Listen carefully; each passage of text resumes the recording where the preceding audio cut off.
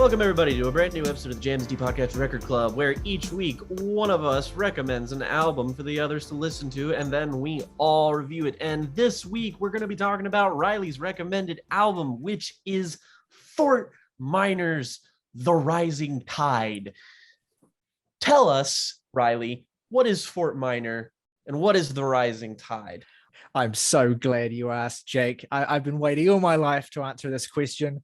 So Fort Minor, Really? as some may know, if you have any memory of pop culture in the 2000s, particularly the mid-2000s, is the hip-hop side project of one Mr. Mike Shinoda, who you will probably likely know from Linkin Park, if you're a fan of Linkin Park, or if you're a fan of this podcast, because we have talked about Linkin Park on this podcast before. And we have, maybe to some might be surprised how favorably we view Linkin Park. Others, depending on how well you know us, might be not surprised in the slightest by how favorably we view Linkin Park.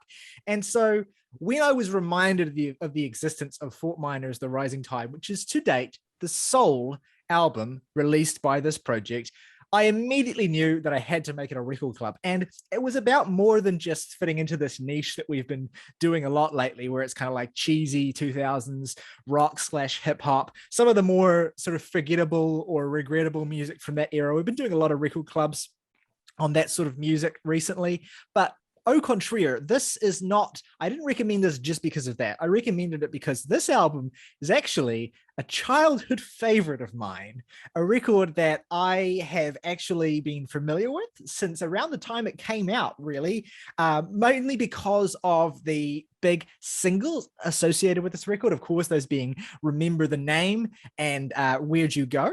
And but probably heard Remember the Name in various movie trailers. I remember it being in. It was a big song to put in a movie trailer. It was like Imagine Dragons level of put this song in your movie trailer for the montage. That sounds like some like. Do y'all remember the MMA film Never Back Down? It really feels like it would be in the trailer for that. It was also in a ton of like wrestling promotional stuff. Yeah. It was used. Okay, let me before we're just diving right into Remember the Name, which is fair enough, to be honest. It is probably the most recognizable song. It's the first song from this record. It is the first song. It was used as the theme song by the NBA for the 2006 and 2007 NBA playoffs, as well as the 2008 NBA draft. It was featured on the soundtrack. A hell of a deal. It was featured on the soundtrack of the NBA Live 06 EA video game. It was used in promotional trailers for the 2006 movie Gridiron Gang, and of course Friday Night Lights, and a number of other films in that vein. Actually, there's some interesting this is an interesting little detail from the Wikipedia page here. The song is featured in promotional TV trailers for the 2006 movie Gridiron Gang, NBC's 2006 series Friday Night Lights, and Pride, directed by Sunu Gunera, as well as the trailer for Fighting, the trailer for The Adventures of Shark Boy and Lava Girl in 3D, and the trailer for the 2010 remake of The Karate Kid. And it gets better. That's where I know it from. It gets better. That's where it's from. That was very, very memorably used in that trailer. Even I remember it in that trailer. And I never even saw that remake. But here's the best part. That went kind of hard. I'm not even going to lie. Yeah, fair enough. The song was also featured in the 2018 movie Peter Rabbit, with some lyrics changed to fit the context of the movie. Oh my God. I'm just imagining like James Corden's Peter Rabbit, like gaining up, like fucking bulking up and like just hitting the gym and shit and just blasting this fucking song. Because it is a pump up anthem, right? Like it is a song that is designed as tailor-made to make you feel, particularly if you're an adolescent to young adult male who is white, to make you feel as though you are going to be king shit if you put the fucking grind in. 10% luck, 20% skill, 15% concentrated power of will, 5% pleasure, 50% pain, and 100% reason to remember the name. I have had this chorus has been stuck in my head for a decade. I've never forgotten it.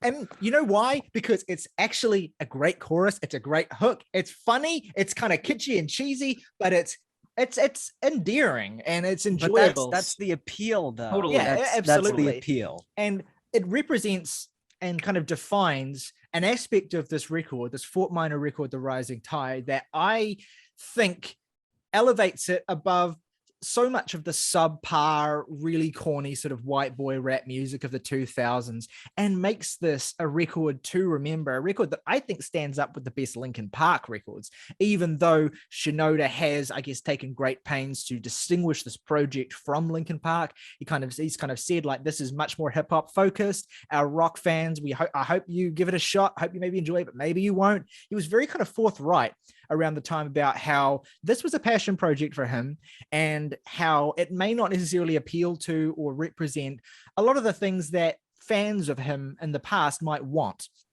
And indeed, this is the subject of expectations and the subject of fitting into a particular role in the music industry is a topic that is touched on a couple of songs on this record that we'll get to eventually. But this was a big album. These songs were big, as we've already highlighted with Remember the Name. Actually, the song I remember most strongly from my childhood, because it was the song that was always my favorite on this record. And it was the first song I ever heard from this record. And it's a song that to this day, I still really deeply connect to. And it is the song, Where Do You Go? It's just a song that I find immensely emotional. It's a song that I find incredibly moving. It's a really beautifully self-effacing song for a record that's kind of built up a lot around kind of, braggadocious rap to a certain extent. Like, I'm going to fucking do this and this is what I'm fucking doing. Like, there's that vibe on songs like Remember the Name and stuff. But really, I think once you get past that, there's actually a certain degree of, I wouldn't say self-deprecation, but there's a certain degree of, and I say degree of modesty to this record. Like, very much, I think Mike Shinoda, and this is going to, it's going to get a few titters from the audience, but Mike Shinoda, I think, views himself as kind of a conscious rapper in a lot of ways, as someone absolutely. who has something to say that is substantive about relevant issues. But why I like Where'd You Go is because it actually has nothing to do with any of that. It's a song where Shinoda is rapping from the perspective of the partner, the people that he has left behind, essentially the people in his life who he's had to or chosen to put to the side in order to embrace his career as a musician, as a rapper, as an artist, as a member of Linkin Park as well. And there's something to this song that, and the way that it's so kind of, he in adopting this perspective, he's really brutal on himself, essentially. And he essentially speaks from the perspective of his partner, who says essentially, you're away for so long that I'm fucking sick of it and I'm gone, and you need to make a fucking decision about being accountable in your life. And it's a moving song. And I really, ever since I was a kid, I think anyone who's either had a parent or someone that they love close to them who has kind of chosen their career over them and their family and all that sort of thing will probably find this a really a song that cuts deep. And also it has a beautiful vocal feature from Skylar Grey and these gorgeous little sort of backing vocal choir melodies that I absolutely love. It's a gorgeous song. And I emphasize it off the bat, not only because it's my favorite thing on this record, but also because I think it, in contrast to Remember the Name, it showcases a kind of emotional range here. And I'm not going to say that it's fucking like Shakespeare or whatever, but there is an emotional range, there is an emotional dynamism, there is like a sense in which you get pushed and pulled between various extremes of sadness and of anger and of even hope and joy as well in certain parts of the record too. It's very kitschy, it's very 2000s. The lyrics are not going to win any awards, nor do I think that Shinoda is particularly mind-blowing as a wordsmith, but this is a record that I think has a good amount beneath what you might initially see on its surface to enjoy and to take away. It's a record where I think Shinoda's skills as a musician are put to great use as well. I think that even though there are some weaker songs on this record in terms of subject matter or writing or whatever, universally the production and the beats across this record are pretty fucking great in my opinion. Even some of the moments on this record in songs like Petrify, where they're kind of like super kitschy and kind of super over the top, it's in a way that that I find satisfying and musically enjoyable at the very least anyway. And I think because Shinoda has some level of self-awareness about who he is, where he's from, and what he's actually capable of doing, I think that he manages to avoid some of the pitfalls that artists like, say, Eminem would step into around this kind of era of their career. In a lot of ways, like, this is my Recovery. You know, like, I hate Recovery, but this is the album I kind of wish that Recovery had been. I think this is the album that Recovery kind of wanted to be to a certain extent. 100%. Even though this album isn't as focused on, like, you know, personal growth and healing as that record is, still the underlying sense of what this record is musically and thematically, I feel like, honestly, even though it has some successful songs and it sold well, I think the extent to which this was influential is understated. Like, I don't think you get a record like Recovery without a record like The Rising Tide. And it kind of bugs me that a lot of the time when I see Recovery being discussed, it is kind of touted as one of its few, admittedly, strengths is that it kind of paved the way or kind of shifted a lot of what sort of hip hop was going to be in terms of the personality and the kind of intimacy of it, away from some of the more kind of ridiculous sides of hip hop that Eminem himself represented before that. And so it gets a lot of credit for kind of shifting the zeitgeist a little bit about what a sort of solo hip hop artist was going to be like. But honestly, this does that better and did it 4 years earlier. And honestly, the 2000s had, I think, a few names who were kind of carving out a niche that was kind of like that anyway. So this is my mini round about how not only how overrated Recovery is musically, but also how its importance is overstated. I think it has much more significance as a shift for Eminem than as a shift for hip hop. But anyway, that's more than enough words expended on Recovery. But let's also take a moment to say that Recovery's also, that album's biggest problem is that it itself is not as focused on a journey of personal healing, because half of it is not about that. Yeah. This, by and large, is more about that than Recovery is, if you ask me anyway. Yeah, I mean, well, this is the thing. You get a sense from this record that even as the songs vary, that they're still coming from the same person. You know what I mean? Like, they're still coming from the same sort of perspective. And also, credit where due as well.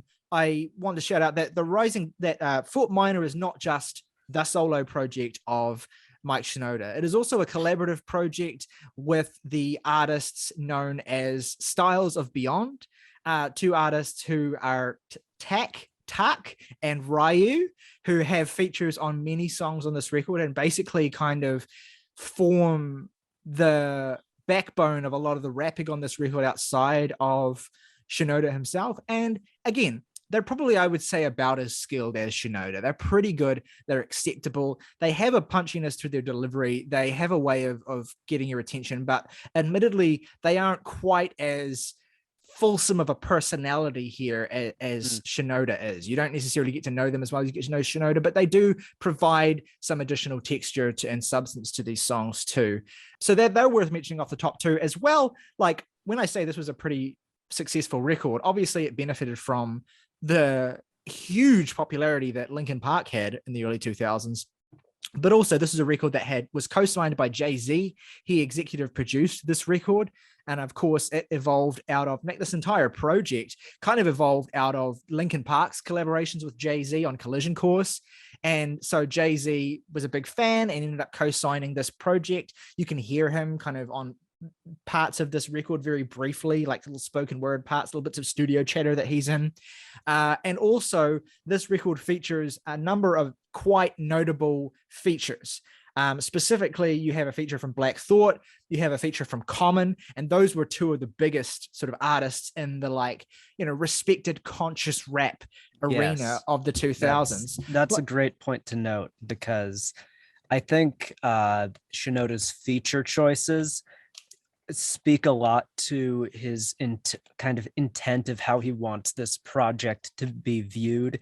I mean, picking Common and Black Thought is a very, very deliberate choice, when I'm sure if you have connections to Jay-Z, you could get just about anyone, I would venture to guess. Yeah. But picking those two really does firmly establish this kind of conscious, more thoughtful direction he wants to take this project in. Absolutely, it's very savvy. I mean, the Common feature, this album came out just a few months after Common released B, which is his canonical, most beloved record. So he tapped into his zeitgeist really well. You have a John Legend on this record as well. You have a Lupe Fiasco on this record, although he, I think, is only on the song that he's on is just a bonus track, but it was a reasonably big deep cut for this project as well.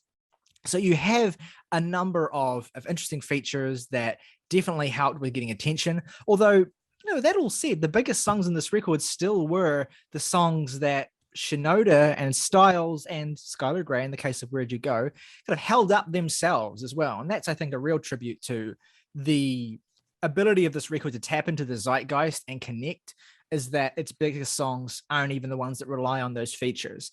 But anyway, I've spoken heaps about this already. I've got plenty to say about other tracks, but I'd love to hear what your guys' experience was listening to this week. What maybe you might have been expecting. Obviously, might have had some familiarity with a couple of the songs, what you were expecting going into this, and whether you got what you expected, whether you were surprised, and what your kind of overall thoughts are on this very memorable project.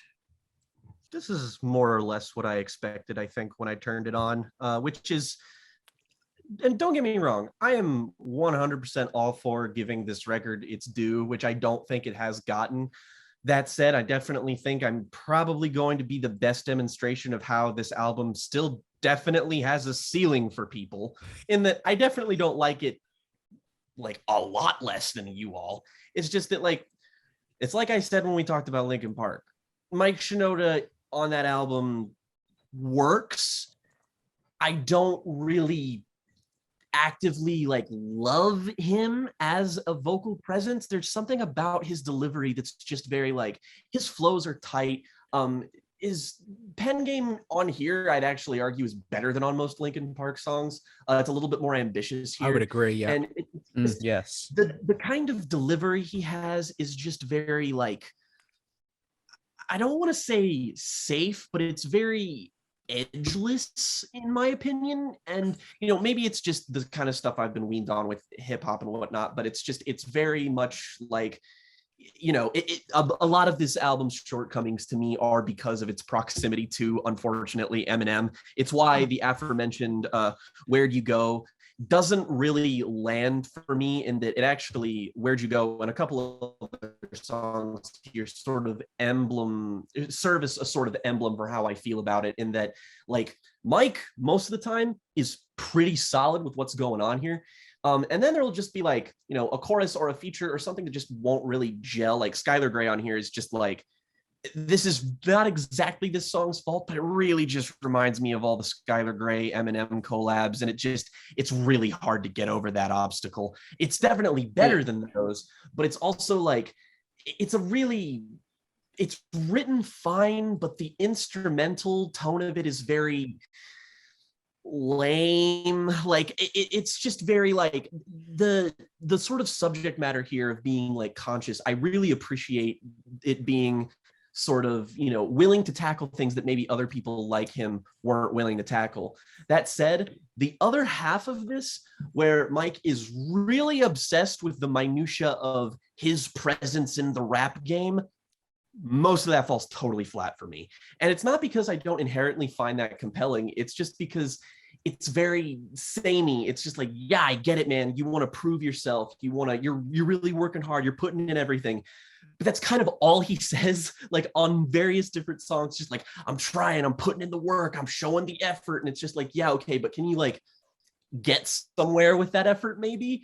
And sometimes he pulls through with it. Sometimes he'll have an interesting moment on here, but I want to circle back to Remember the Name for a moment, because this is another perfect song here that really sort of serves as how I feel about the record overall, in that the hook is cheesy as fuck, and I haven't forgotten it in 10 years, so it has to be good for something. I like it. I play it over in my head. I love the instrumental, and generally speaking, the beats on this album rule.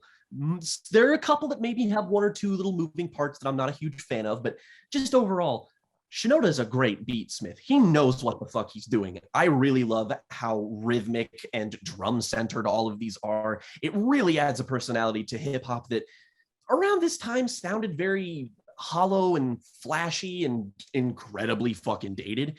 So this feels very refreshing out of that scene.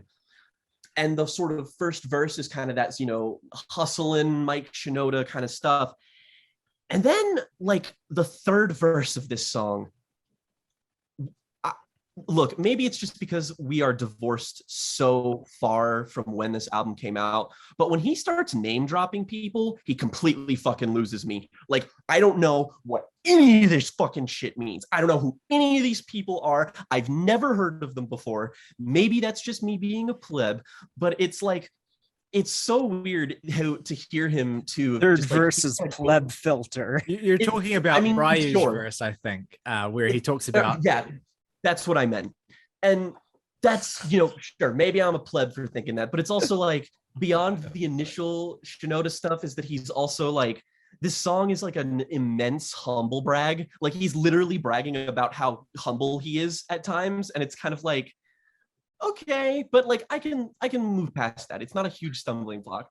I just don't really know what like I'm supposed to get out of trying to understand all of these things. Is like maybe it's a time capsule for some people, but like there are also moments where it's like, what a fucking nihilist porcupine. He's a prick. He's a cock. The type women want to be with, and rappers hope he gets shot. Okay, fine, that's funny, but it's also just kind of like, all right.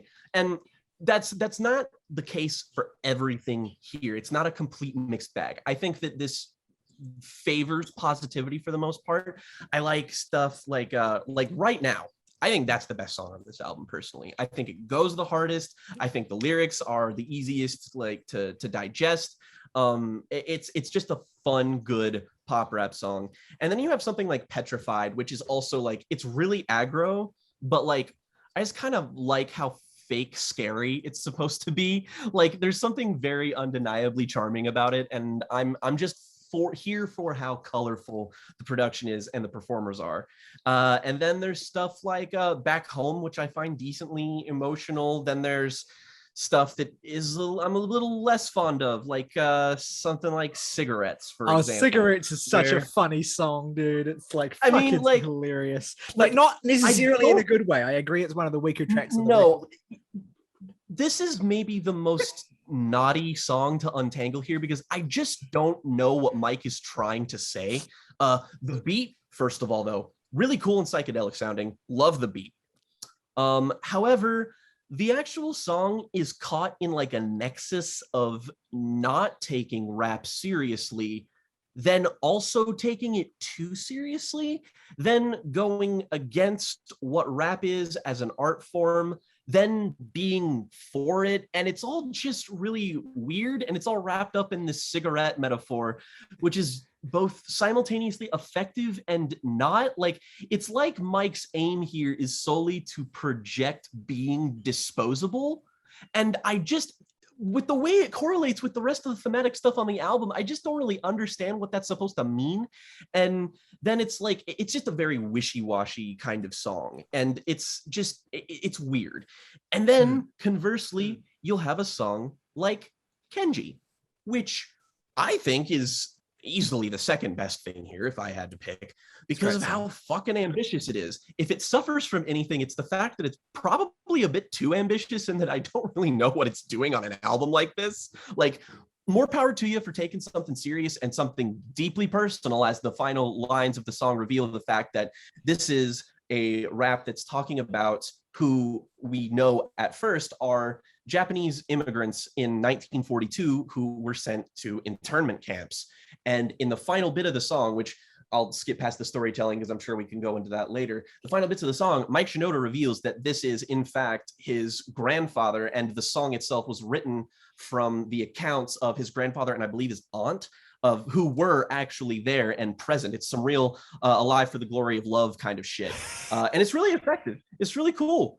And you know, that's also, it's just kind of like, I want more of it to go for this kind of, it's just because it's such an outlier on this album, both thematically and like emotionally. It's like you have a song like Cigarettes, which is basically him begging you to not take him as seriously as you do with other rappers, and then he comes across with this incredibly like deeply felt generational story, and it's just kind of like, I mean, I don't know, dude, I kind of want to take this seriously, because if I didn't, I feel like I wouldn't really be engaging with the art here. Look, and let me mount very briefly a semi-defense of Cigarettes, because I agree that what it's trying to get across is a little muddled, and I think that it could have been better communicated. But I think I do get what he's trying to get across, and I don't feel it contradicts what else he's doing on the record. Because it's a song, I think, about how much fakeness exists in rap, and how essentially rap and popular rap music is in a lot of ways what it is packaged as, and how it is, I guess, sold to the public is based around lies, is based around exaggerations, but also a hypocritical sense with which, despite that, cred is still super, super important, even though, you know, half the people who are being successful and supposedly having cred are, you know, talking shit essentially. And so Mike is saying that he basically wants nothing to do with that. He wants to be real. He wants to talk about shit that's real to him, but he doesn't want to be viewed through a particular lens that, you know, of him having gone through or experienced some things that he hasn't experienced, or of him being kind of inauthentic in some way. It is a song, and the metaphor, I think, is clumsy. The cigarette metaphor, it's good in principle. It's a funny idea, the idea of you know, having an attachment to the game, like having a passion for this, despite it not being potentially very healthy to you because of the flow-on consequences of being kind of in that inner circle, I guess. I don't know. There's something there. I get what he's going for. It's just, and I agree, it's a little clumsy, but he's kind of a clumsy. A little bit. Even if you had a little bit more clarity, I'd also argue that just if he made this point clearly, I just don't care. Like, I get it. It's also just that this kind of shit is the least interesting part of hip hop for me, is when people get way too caught up in their own industry bullshit. And it's like, you can do that in a compelling way, and people have done it before. That said, you have to be like one of the best lyricists in the game in order to get me interested in that, and not just be like, all right, it's going to be people complaining about how, you know, over commercialized shit is, and how it's just like, I know all this shit. I get it. It's not interesting to listen to for me. So like, I get it, but also the subject matter is just not particularly gripping. This track, I think, has a really funny line that I need to read from the bridge. Man, listen to my words for a while. Lip service radio. Don't touch that dial. If you're in the car, turn up the track, man. Give your whole neighborhood some secondhand rap. He's being very facetious and sarcastic, and it's very funny.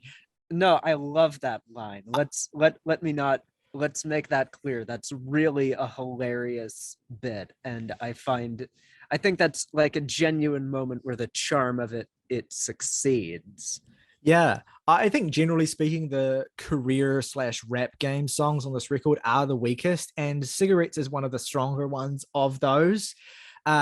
I find, and again, I have lots of positive things to say about this record, but I guess we're on a negative tangent at the moment. So I'll say while we're here that I find the 1-2 punch of Get Me Gone and High Road to just be like, not my thing at all. High Road's not a bad song. Like, the John Legend vocal is nice, but just this, you know, I don't listen to the critics thing. Like, you know, to some extent, I think he's justified, because as we've kind of talked about when we reviewed Meteora, like, Linkin Park were unfairly shat on by critics at a time, and now they're kind of being reappraised as, oh, they weren't that bad after all. Well, you know, where were you in 2002 when you were saying that they were the fucking, you know, the same thing as like Limp Bizkit or something? Like, so he has some level of justification with the song, but it's just not a type of, like, I'm with Jake here on Cigarette. High Road is just not the type of song that I find very interesting or very you know, in engaging emotionally. It's very like Uncle Adams to me, which I know is a thing. Yeah, That's no, that's a reference that's a point that very came along good- after this, but that is what I thought of while listening to this song.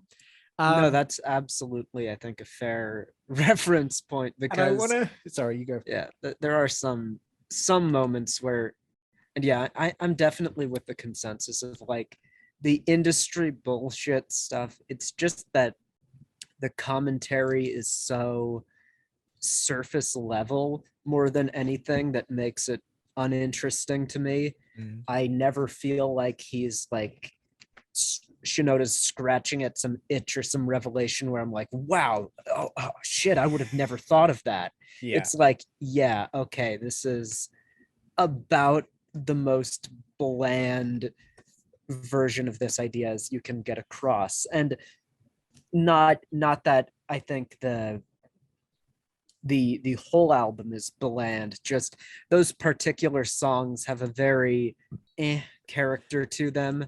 It's the kind of writing you would expect from someone who is famous for making rock music but wants to be a rapper and has got this foot in the industry for connections that are not super directly related to hip hop.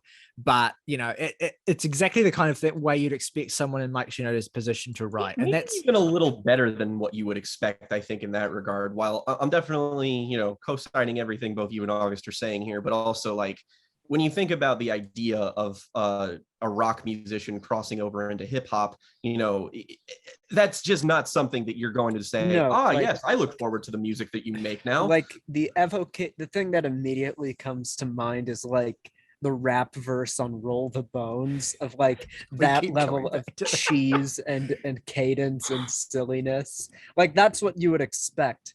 And I think yes, like you expect that level of just like unprofessional, just like that level of flow delivery. And I think the thing is that Shinoda doesn't really need to justify himself, and it feels a little insecure when he has to constantly affirm that like, yeah, I'm the shit, I can do this, when it's just like, through your ability we can figure that out, you don't need to reaffirm that for us.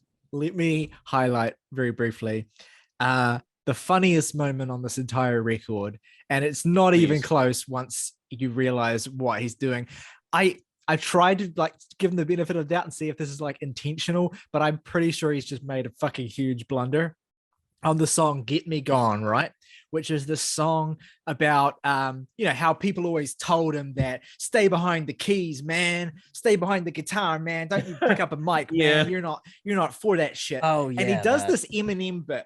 Well, it's not intentionally an Eminem bit, because what it resembles is modern Eminem more than the Eminem of this time, where it's like he has this part where he's like, people love to put a twist to your words to infer that you said something fucking absurd. And then he goes on to say, oh, did I lose you at infer? Not used to hearing a verse that uses over first grade vocabulary words. People used to infer that we were manufactured. Now I've got the interviews on file. Now, look, the problem with this, and maybe it's intentional, but if it is, it doesn't really come across, is that infer is not the right word for what you're trying to say. What you mean is imply. I love Hobson.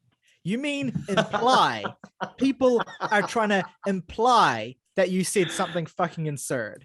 And that mistake would not be a problem if he didn't then go into a fucking spiel about how, oh, did I lose you because I used a fancy word?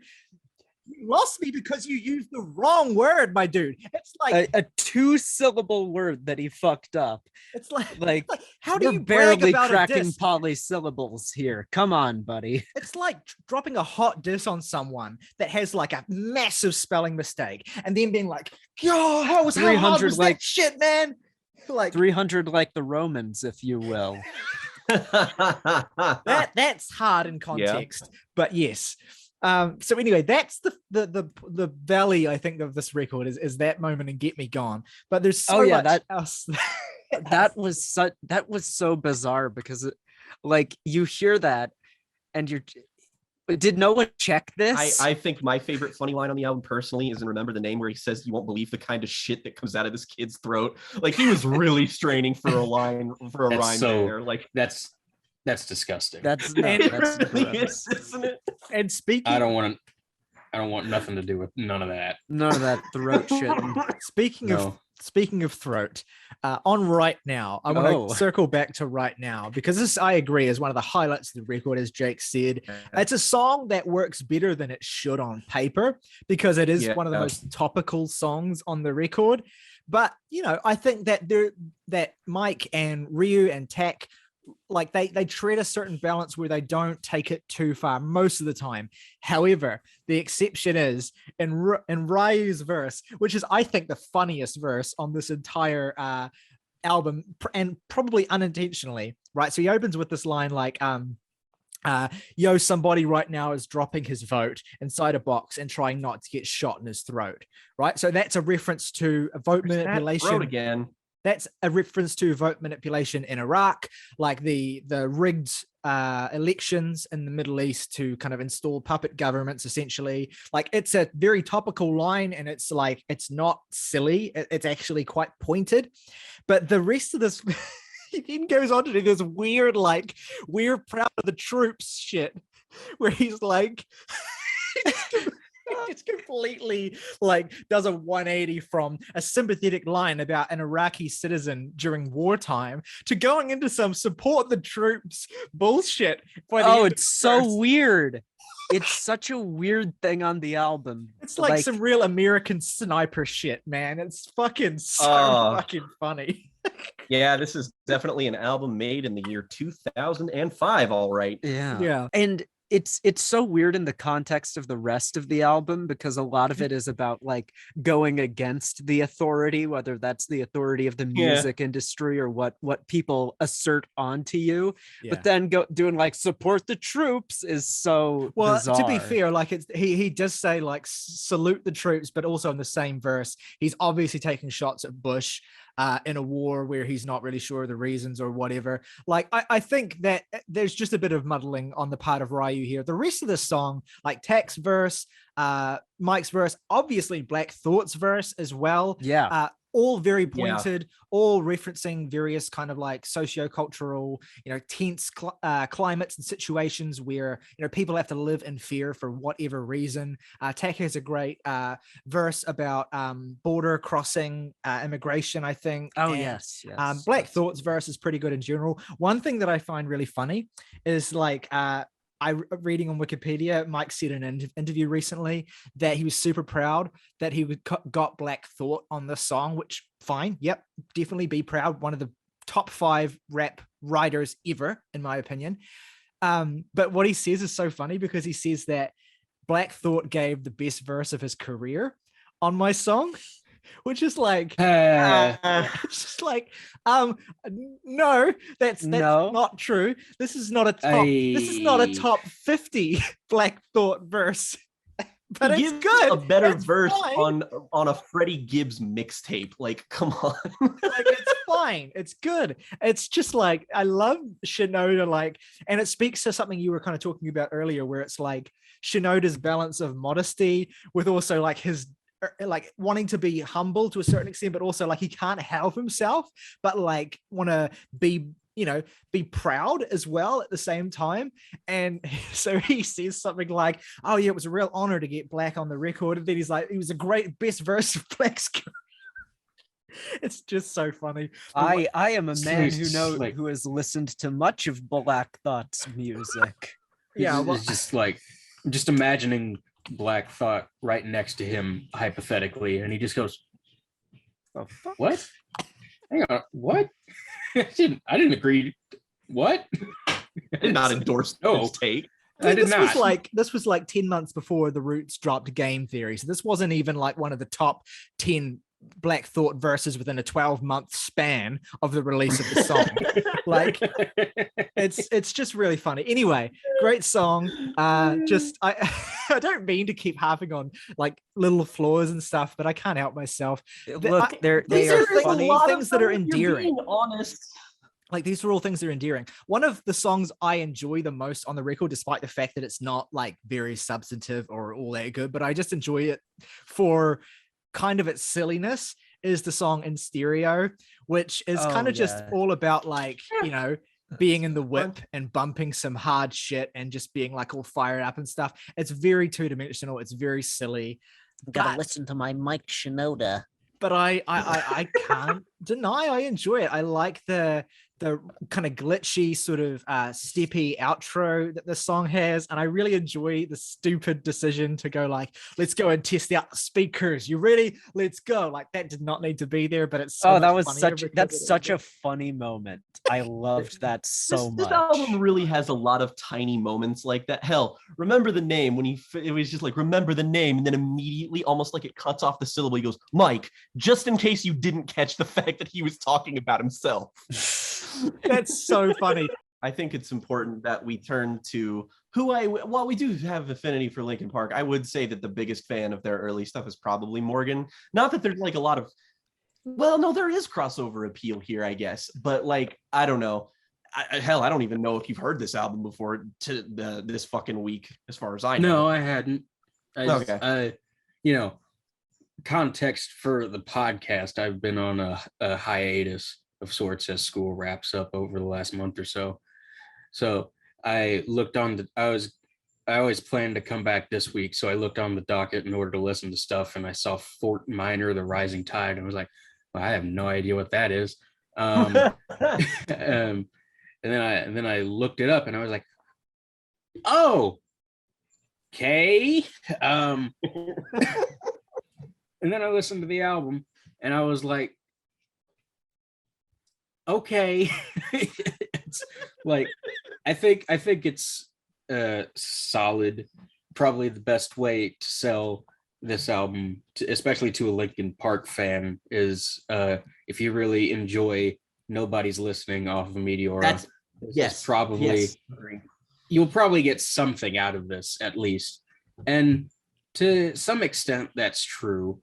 I don't think there's anything on here that works as well as that song does. What it really does is allows Shinoda to shine as a producer and a beat maker.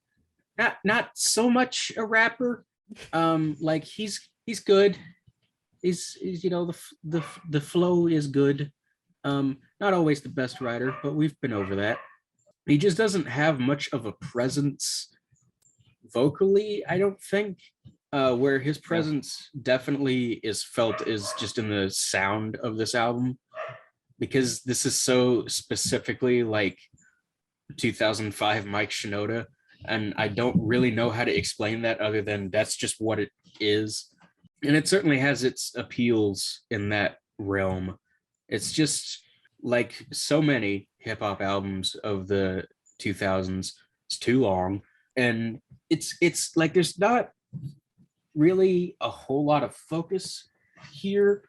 At certain points, it almost plays more like a decently structured mixtape than an actual album. It's an interesting sort of relic. Like this album is so outdated in ways that I do find really appealing, but like, wow.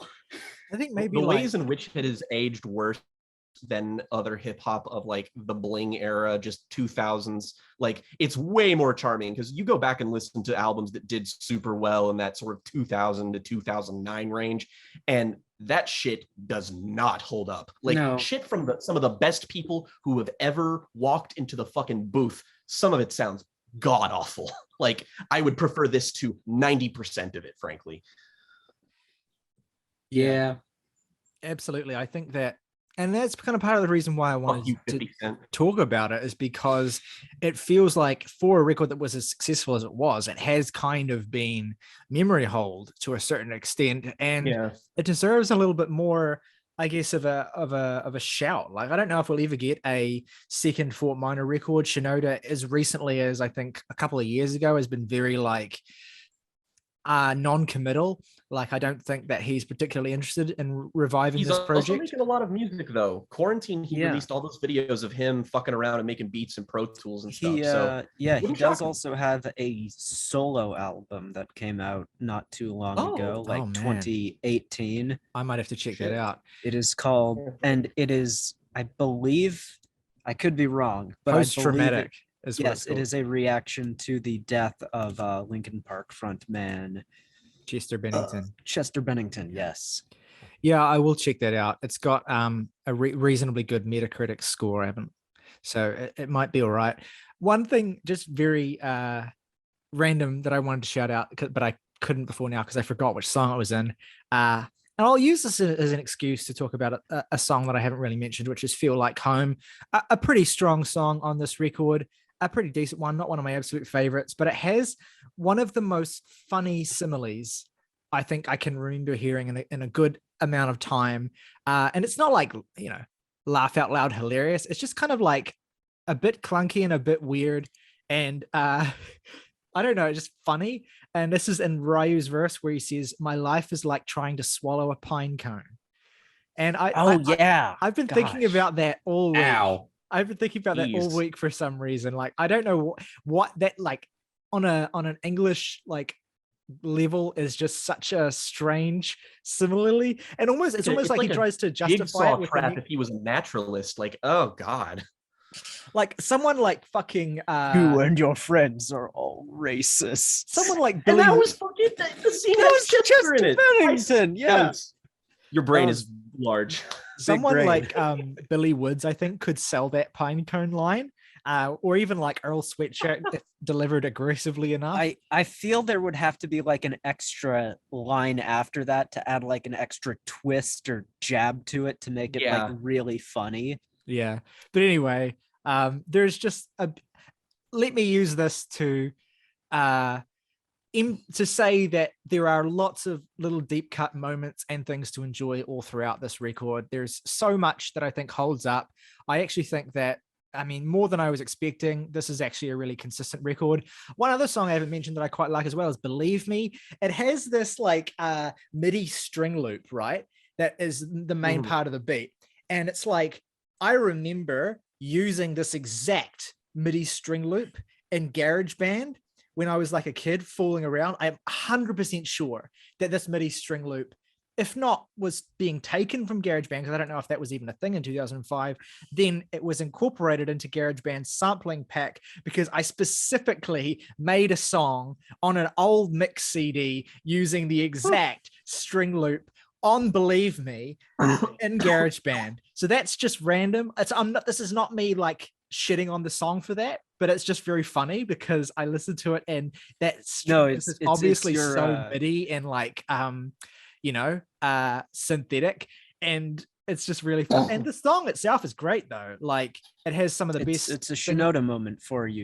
You're like humbly bragging that you used the same tech Mike Shinoda used to make The Rising Tide like a hot shit. Yeah, and also I haven't shouted out the fact that I think that if we ignore the weird penultimate track, the battle, the weird sort of skit that's there, if we just ignore that for a second, the last two songs in this record, well, the last three songs, I suppose, including Kenji, but we've already talked about Kenji. The last two songs, "Red to Black" and "Slip Out the Back," really strong ending to this record. I Red think to Black is another really fascinating moment, because that's a really properly dark confrontation of some like a very real thing.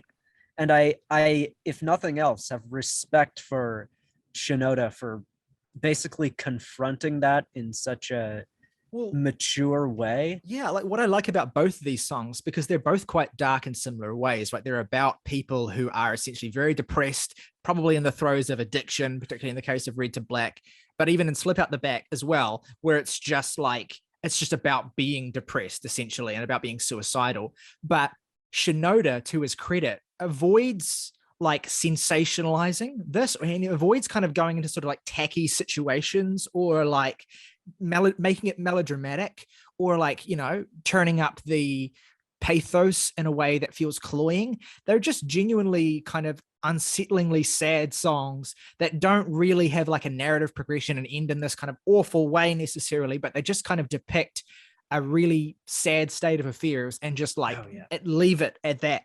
And I really, really respect that. Like, it's a powerful end to the record. And I think a lot of the affection I get from this record is from moments like that. And moments like Where Do You Go as well, where the sincerity and the directness of the emotion comes across and doesn't feel like it's being used for a cheap cliche or being used for a cheap, emotional beat, but actually to communicate something sincere and raw. And I don't actually mind that this record, flits between those moments and sillier moments, because Shinoda's a silly person. Shinoda makes silly music, and I admire that he owns that and also tries to do things that are more ambitious as well. Like, to me, so much of the appeal of this record is that it shows Shinoda in these two different modes. And for the most part, it shows him making some of the best music he's made in those respective modes, the more irreverent mode, the more directly emotional mode.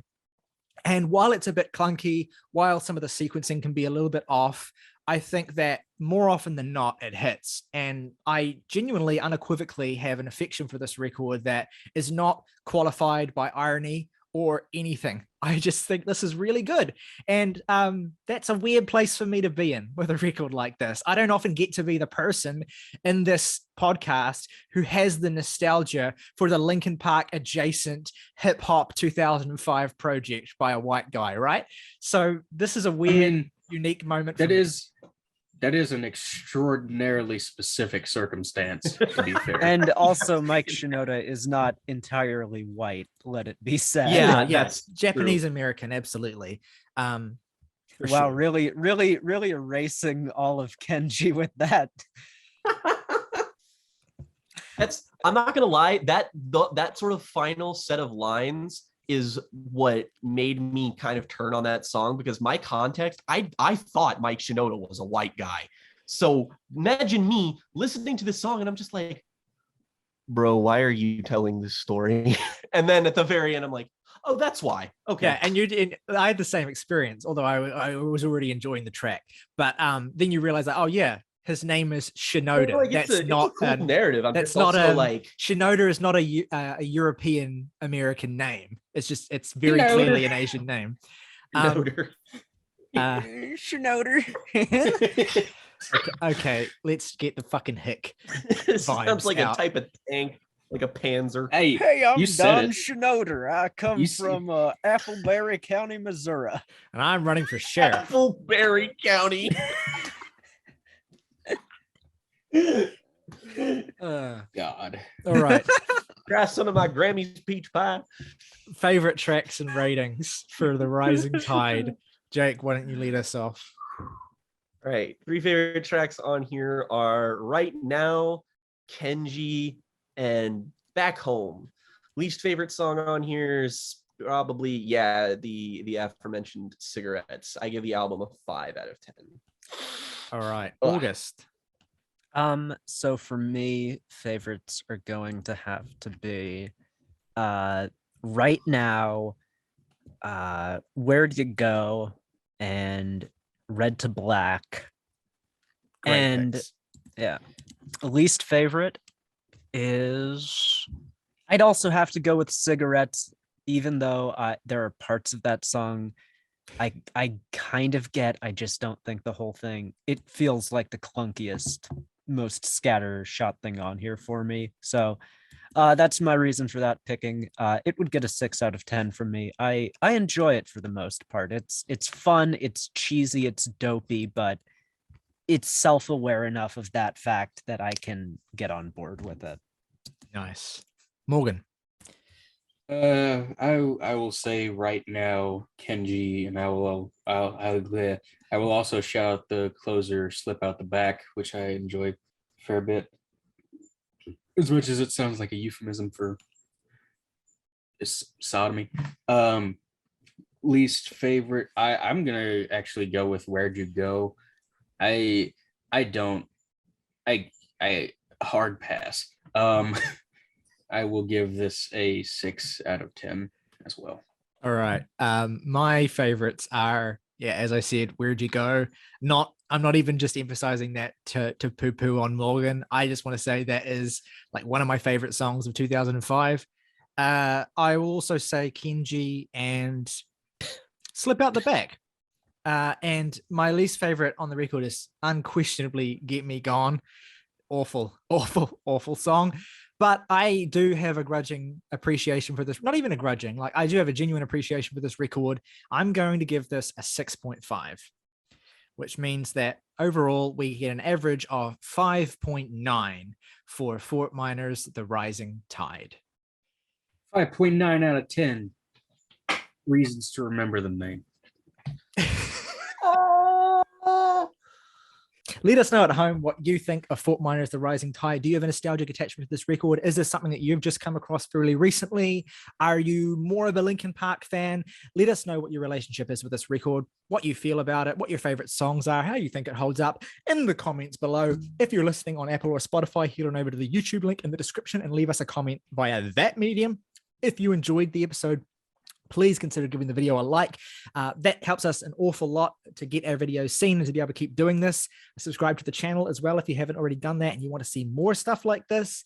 If you want to go above and beyond and support us even more, then you can hit the join button on our YouTube page. And for just $1 a month, you can support the channel directly, fund the stuff that we do, and also get to be one of our besties, get your name featured in the title crawl of every video on this channel, priority comment response. And if you want to give us a recommendation, your recommendation will go to the top of the pile. All right. As always, folks, rock over London, rock on Chicago, Tony Hawk's Pro Skater, go big, Hawk style.